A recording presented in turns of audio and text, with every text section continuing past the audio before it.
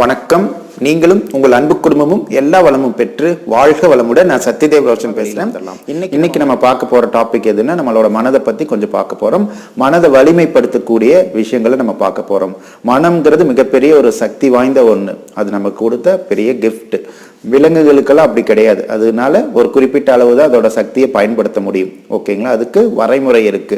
ஆனா மனிதனுக்கு அது மாதிரி வரைமுறை கிடையாது. மனிதன் தன்னோட சக்தியை எவ்வளவு வேணா பயன்படுத்தலாம். அன்லிமிட்டெட். மனிதனோட சக்தி பார்த்தீங்கன்னா அவ்வளவு சக்தி. நம்ம மனசுக்கும் அதே மாதிரி தான். மனதை நம்ம எப்போ ஷார்ப் பண்ணி இயங்க ஆரம்பிச்சுட்டுனா போதும், நம்ம நினைக்கிறதெல்லாம் நம்ம சாதிச்சுக்க முடியும். பொதுவாக நம்ம மனதில் பார்த்தீங்கன்னா நம்ம எப்படி பயன்படுத்துறோம்னா, விரிவடைஞ்ச நிலையில தான் பயன்படுத்துறோம். நம்ம கண்ணில் பார்க்கும் போதும் இது பண்ணும்போது பார்த்தீங்கன்னா நம்மளோட காந்த சக்தி விரிவடைஞ்ச நிலையில பயன்படுத்திட்டு இருக்கு. அதனால மனசு விரிவடைஞ்ச நிலையில நம்ம பயன்படுத்திட்டு இருக்கும் போது அதுக்கு பலம் குறைவா இருக்கும். அதுவும் விரிவடைஞ்ச நிலையில பயன்படுத்தினாலும் நிறைய நெகட்டிவோட நம்ம இயங்கிட்டு இருக்கோம். நெகட்டிவான எண்ணங்கள் நம்ம மனதுல அதிகமா இருக்கு.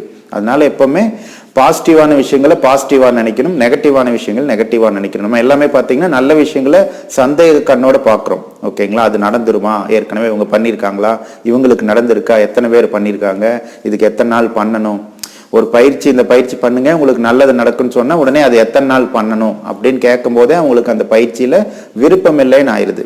ஓகேங்களா? விரும்பணும். நம்ம எதையும் விரும்பி பண்ணணும். இது பயிற்சி பண்ணோம்னா நமக்கு சரியாயிரும் அப்படின்னு நினைச்சு நம்ம பண்ணும்போது அதுக்கான பலன் கிடைக்குமே ஒழிய, நம்ம எதையும் சந்தேகத்தோடையும் விருப்பம் இல்லாம பண்ணோம்னா கண்டிப்பா அதுக்கு பலமே இருக்காது. ஓகேங்களா? இப்ப சூரிய ஒளி சூரிய ஒளியில ஒரு தீக்குச்சி நம்ம வைக்கிறோம். அந்த தீக்குச்சி சூரிய ஒளியில பட்டாலும் எரியாம அப்படியே இருக்கும். ஆனா அந்த சூரிய ஒளியை ஒரு குவிலென்ஸ் வழியா அந்த தீக்குச்சி மேல செலுத்தினோம்னா அந்த தீக்குச்சி பத்திட்டு எரியும். இது எப்படின்னு பாத்தீங்கன்னா, அதே சூரிய ஒளி தான் அது மேல படுது. இருந்தாலும் அதோட ஆற்றல் ஒரு இடத்துல குவிக்கப்படும் போது அதோட திணிவு அதிகமாகும். ஓகேங்களா? அந்த காந்த சக்தி பயங்கரமா பல மடங்கு அதிகரிக்கும். அப்ப அந்த காந்த சக்தி தீக்குச்சி மேல படும்போது அது பத்திட்டு எரியும். அந்த மாதிரி நம்ம மனதையும் எவ்வளவு கூர்மையா ஷார்ப்பா ஒருநிலைப்படுத்தி பழகிட்டோம்னா அதுக்கு நமக்கு மிகப்பெரிய சக்தியா மாறும். நம்ம எண்ணங்களுக்கு மிகப்பெரிய வலிமையை கொடுக்கும். இந்த மாதிரி நம்ம மாத்தி பழகிட்டு ஒரு விஷயத்தை நினைச்சோம்னா அந்த விஷயம் பிரபஞ்சத்துல நல்லா கலக்கும், நம்மளோட ஆழ் மனதிலையும் நல்லா கலந்து அது செயலா விரைவா மாற ஆரம்பிக்கும். அதுக்கான பயிற்சி இது எளிய பயிற்சி. எந்த இடத்துல வேணா பண்ணலாம், எந்த நேரத்துல வேணா பண்ணலாம், எந்த சூழ்நிலையில வேணா பண்ணலாம். அப்பேற்பட்ட ஒரு எளிய பயிற்சி தான் இது. இந்த பயிற்சி நம்ம எப்படி பண்றோம்னா, பொதுவா நீங்க எந்த பொருள் வேணா எடுத்துக்கோங்க. ஏதாவது பொருள் நீங்க கையில தான் இருக்கணும்ட்டு இல்லை, பக்கத்துல இருந்தாலும் சரி. இப்போ உதாரணத்துக்கு நான் சொல்றேன், ஒரு இலையை எடுத்துக்கிட்டீங்கன்னு வைங்க. அந்த இலையை நல்லா மைனூட்டா நுணுக்கமா அப்படியே பாருங்க. அந்த இலையில என்னென்ன அந்த மடிப்புகள்லாம் வரும், நரம்பு மாதிரி அப்படியே பிரிஞ்சு பிரிஞ்சு வரும். அதுல டஸ்ட் எல்லாம் இருக்கும், நிறைய துளி துளியா நிறைய டஸ்ட் எல்லாம் இருக்கும். அந்த மாதிரி விரிவா நுணுக்கமா பாருங்க.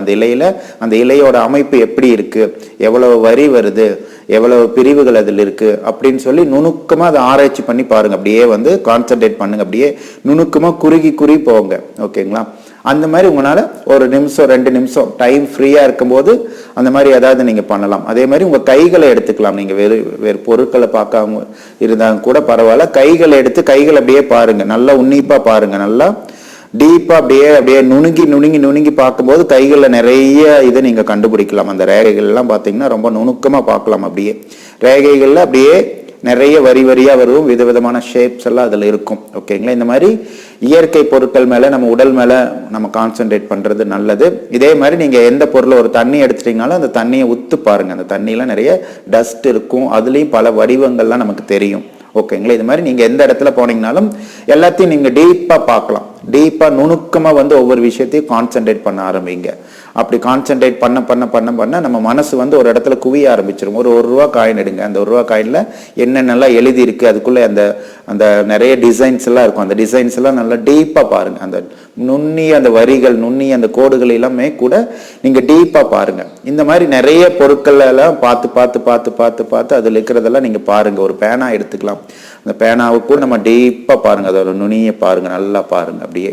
ஓகேங்களா? இது மாதிரி நேரம் கிடைக்கும் போதெல்லாம் நம்ம கற்றிருக்கிற பொருட்களையே நுணுக்கி பாருங்க. நல்லா டீப்பா அனலைஸ் பண்ணுங்க. அதுல இருக்கிற சின்ன ஒரு புள்ளியை கூட மிஸ் பண்ணாம அப்படியே உங்களோட கான்சென்ட்ரேட் அதுல நீங்க கொண்டு போங்க. இது 1 நிமிஷம் 2 நிமிஷம் இந்த மாதிரி பண்ணீங்கனாலே போதும். நம்ம மனது ஒரு இடத்துல குவிக்கப்பட்டு பழக்கப்பட்டுரும். ஓகேங்களா? இதுக்காக நேரம் ஒதுக்கி நிறைய மெடிடேஷன் பயிற்சி எல்லாம் பண்ணணும்னு கிடையாது. நமக்கு நேரம் கிடைக்கும் போது ஃப்ரீயா இருக்கும் போதெல்லாம் நம்ம சாப்பாடே பார்த்தீங்கன்னா அந்த மாதிரி வாய்க்குள்ள போட்டுக்கிட்டு நல்லா கான்சென்ட்ரேட் பண்ணுங்க. அந்த சாப்பாடு சாப்பிடும் போது அந்த ஒவ்வொரு சுவையுமே ஒவ்வொரு பருக்கையுமே நல்லா மென்று அப்படியே அந்த சுவையை நீங்கள் கான்சென்ட்ரேட் பண்ணலாம். அதே மாதிரி மியூசிக் கேட்கும்போது அந்த மியூசிக் நம்ம பாட்டில் வர்ற மியூசிக்கில் நிறைய விதமான இன்ஸ்ட்ருமெண்ட் எல்லாம் பயன்படுத்தியிருப்பாங்க. அந்த ஒவ்வொரு சப்தத்தையுமே பார்த்தீங்கன்னா நல்லா நீங்கள் கவனிச்சு பாருங்க, நல்லா அருமையாக இருக்கும். மியூசிக்லாம் பார்த்தீங்கன்னா ஒரு இறைவன் கொடுத்த வரம் நமக்கு. அதுவும் குறிப்பாக தமிழ்நாட்டை பொறுத்த வரைக்கும் மிகப்பெரிய ஒரு ஆற்றல் வாய்ந்த மனிதர்களால் உருவாக்கப்பட்டிருக்கு. இளையராஜா சார், ஏஆர் ரஹ்மான் சாருக்கெல்லாம் இந்த நேரத்தில் நான் நன்றி சொல்லிக்கிறேன். என்னோடய வாழ்க்கையில் மிகப்பெரிய பங்கு அவங்களுக்கு இருக்குது. நான் உன்னை உற்சாகமாக இயங்கிறதுக்கு அவங்க மிகப்பெரிய காரணமாக இருந்திருக்காங்க. ஓகேங்களா? அதே மாதிரி டிஎம்எஸ் சார், எஸ்பி சார், அந்த மாதிரி மியூசிக்கில் இருக்கிற எல்லாத்துக்கும் என்னோட நன்றி இந்த நேரத்தில் சொல்லிக்கிறேன். ஓகேங்களா? அடுத்தது நம்ம மனதை இந்த மாதிரி நம்ம வலிமைப்படுத்திக்கணும். ஓகேங்களா? உங்களுக்கு எதெல்லாம் நீங்கள் பயன்படுத்திட்டு இருக்கிறீங்களோ அதில் எல்லாம் டீப்பாக அதில் நுணுங்கி போக போக போக போக போக நம்மளோட ஆற்றல் வந்து அபரிவிதமாக அதிகரிக்கும். நம்ம மனதோட அந்த திணிவு வந்து அதிகமாக இருக்கும். அதுக்கப்புறம் நீங்கள் ஒரு விஷயத்தை இது நடக்கணும் அப்படின்னு நினச்சி பாருங்க, அந்த விஷயத்துக்கான செயல் வடிவம் வந்து விரைவிலேயே நடக்க ஆரம்பிக்கும். இந்த ஆஃபீஸில் இருக்கிறவங்களாம் எங்கிட்ட நல்லபடியாக நடந்துக்கணும், எனக்கு ப்ரொமோஷன் கிடைக்கணும், இந்த மாதிரிலாம் நினச்சி பாருங்கள். வீட்டில் இருக்கிறவங்க உங்கள் கூட சண்டை போட்டுக்கிட்டு இருக்காங்க, உங்களை வந்து டார்ச்சர் பண்ணுறாங்கன்னா அவங்கள நினச்சி அவங்க எங்கிட்ட நல்லபடியாக நினச்சிக்கணும், நான் சொல்கிற பேச்சை அவங்க கேட்கணும், என்னோட வழியில் அவங்க குறுக்கிடக்கூடாது. இந்த மாதிரி நீங்கள் ஒரு 10 நாள் 15 நாள் இந்த பயிற்சி பண்ணிவிட்டு நீங்கள் நினச்சி பாருங்கள், சடனாக வந்து எல்லாம் சேஞ்சஸ் ஆக ஆரம்பிக்கும். உங்களோட மனதில் வலிமை கூட ஆரம்பிக்கும். ஓகேங்களா? இது ஃபர்ஸ்ட் பாயிண்ட். ரெண்டாவது நம்ம என்ன பார்க்க போகிறோம்னா, நம்ம எப்படி நம்மளை வடிவமைக்கிறதுங்கிறது ரொம்பவே முக்கியம். நம்ம எண்ணங்களை எப்படி எண்ணணுங்கிறது நமக்கு தெரிஞ்சிருக்கணும். ஓகேங்களா? நிறைய நெகட்டிவான சூழ்நிலையில் வாழ்ந்துட்டு இருக்கிறனால நெகட்டிவ் எண்ணங்கள் நமக்கு வந்துக்கிட்டே இருக்கும். நம்ம பெரும்பாலும் மற்றவங்களை பற்றி சிந்திச்சு மற்றவங்களை பற்றியே பேசிகிட்டு இருக்கிறோம், நம்மளை நம்ம கவனிக்காமல் போயிடுறோம். கண்டிப்பாக நம்மளை வந்து நம்ம கவனிக்கணும், யூ-டர்ன் எடுக்கணும். யூ-டர்ன் நம்மளே கான்சென்ட்ரேட் பண்ணணும். ஒரு நாளில் நம்ம என்னென்னலாம் பண்ணியிருக்கோம், நம்மளோட லட்சியத்துக்கு நம்ம என்னென்னலாம் இன்னைக்கு பண்ணியிருக்கோம் அப்படிங்கிறத நீங்கள் அனலைஸ் பண்ணி பார்க்கணும். நம்மளோட மைனஸ் என்ன, நம்மளோட ப்ளஸ் என்ன, இந்த கோலை நம்ம அச்சீவ் பண்ணுறதுக்கு இன்னும் என்னென்ன விஷயங்கள்லாம் நம்ம செய்ய வேண்டியது இருக்குது, என்னென்ன விஷயங்களில் நம்மளை மாற்றிக்க வேண்டியது இருக்குது அப்படின்னு சொல்லி டெய்லியுமே நீங்கள் அனலைஸ் பண்ணலாம்.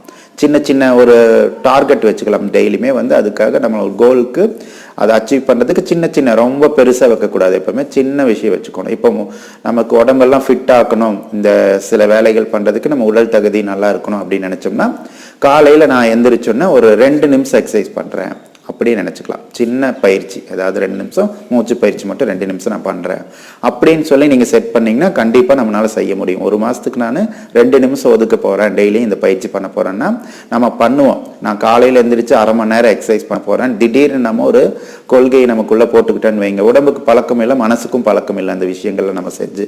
திடீர்னு அது மாதிரி பண்ணிங்கன்னா கண்டிப்பாக அடுத்த நாள் காலையில் அந்த விஷயத்தை நம்ம பண்ண போகிறோம். ஏன்னா அது பழக்கம் இல்லாத விஷயங்கள். திடீர்னு 1/2 மணி நேரம் பண்ணுறதுங்கிறது எப்போ ஏதாவது காரணம் வருதா அதை தட்டு கழிக்கலான்னு மனசு சொல்லும். இன்னைக்கு லேட் ஆயிடுச்சு, நாளைக்கு பண்ணிக்கலாம், இன்னைக்கு இந்த வேலை முக்கியம், லேட் ஆயிடுச்சு, இன்னைக்கு ஒரு நாள் மட்டும் தூங்கிக்கலாம், நாளைக்கு பண்ணிக்கலாம், இந்த மாதிரி ஏதாவது காரணம் சொல்லி அந்த விஷயத்தை வந்து தடை போட்டுக்கிட்டே இருக்கும் மனசு. அதனால நம்ம ரொம்ப சின்னதாக டார்கெட் வச்சுக்கணும். புதிய விஷயங்கள்லாம் செய்யும் போது பார்த்தீங்கன்னா மனசு பழக்கிறதுங்கிறது இதுதான் ட்ரிக்ஸு. சின்னதாக நம்ம கோலை செட் பண்ணிக்கிட்டு இது நான் ஒரு நாளைக்கு 1 நிமிஷம் பண்ணுறேன் இந்த பயிற்சி, அந்த மாதிரி கொஞ்சமாக பண்ணிட்டு போனீங்கன்னா அப்புறம் செட் ஆகிக்கும், பழக்கம் ஆகிக்கும். அப்படியே கொஞ்சமாக இன்க்ரீஸ் பண்ணிட்டு போயிட்டே இருக்கலாம். மனதுங்கிறது அவ்வளோ சீக்கிரத்தில் எல்லாம் ஏற்றுக்காது. அதுக்கு என்ன காரணம்னா, நம்ம மூளையில் 4 பகுதியாக பிரிக்கலாம். ஒன்று left side brain, right side brain, அது நிறைய சொல்லியிருக்கோம். அதே மாதிரி பேக் பிரெயின், ஃப்ரண்ட் பிரெயின் பாங்க, பின்பக்க மூளை, முன்பக்க மூளைன்னு சொல்லுவாங்க. இதில் முன்பக்க மூளை தான் பார்த்தீங்கன்னா நமக்கு நிறைய சிந்திக்கக்கூடிய சக்தி வாய்ந்தது. நிறைய புதுமையான விஷயங்களை சிந்திச்சு அறிவுபூர்வமாக இயங்கக்கூடிய மூளைன்னு சொல்லுவாங்க. நம்ம பின்பக்க மூளை என்ன பண்ணுன்னா, அது வந்து emotional brain, back brain, emotional brain, animal brain, அது மாதிரி சொல்லுவாங்க, ஓல்டு பிரெயின், இந்த மாதிரி பல விதமாக அழைப்பாங்க.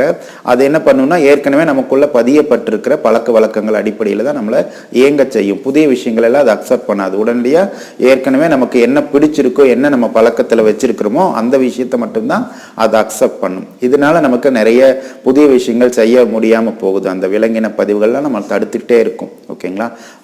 ரெண்டாவது விஷயம் என்னன்னா, நம்ம மூளையில் நியூரான்கள் ஒரு அமைப்பு ஒன்று இருக்கு, ரெட்டிகுலர் ஆக்டிவேட்டிங் சிஸ்டம் அப்படிம்பாங்க. அந்த சிஸ்டம் என்ன பண்ணும்னா, புதிய விஷயங்களை உள்ளுக்குள்ள அவ்வளோ சீக்கிரத்தை ரெஜிஸ்டர் பண்ணி நம்மளை இயங்க செய்யாது. ஆள் மனசில் பதிவு பண்ணி அந்த விஷயத்தை நம்மளை இயங்க விடாமல் தடுத்துட்டு இருக்கும். அதுலேருந்தெல்லாம் நம்ம மீண்டு புதிய விஷயங்களை அனுபவித்து ஏற்படுத்தி நம்மளோட வாழ்க்கையில் நல்ல லட்சியங்கள் அடையணும்னா கண்டிப்பாக நம்ம இந்த மாதிரி பயிற்சிகள் எல்லாம் கொஞ்சமாக நம்ம பயன்படுத்தி நம்ம வாழ்க்கையில வந்து முன்னேற பார்க்கப்படுத்தும். ஓகேங்களா? அடுத்து நீங்களும் உங்கள் அன்பு குடும்பமும் எல்லா வளமும் பெற்று வாழ்க வளமுடன்.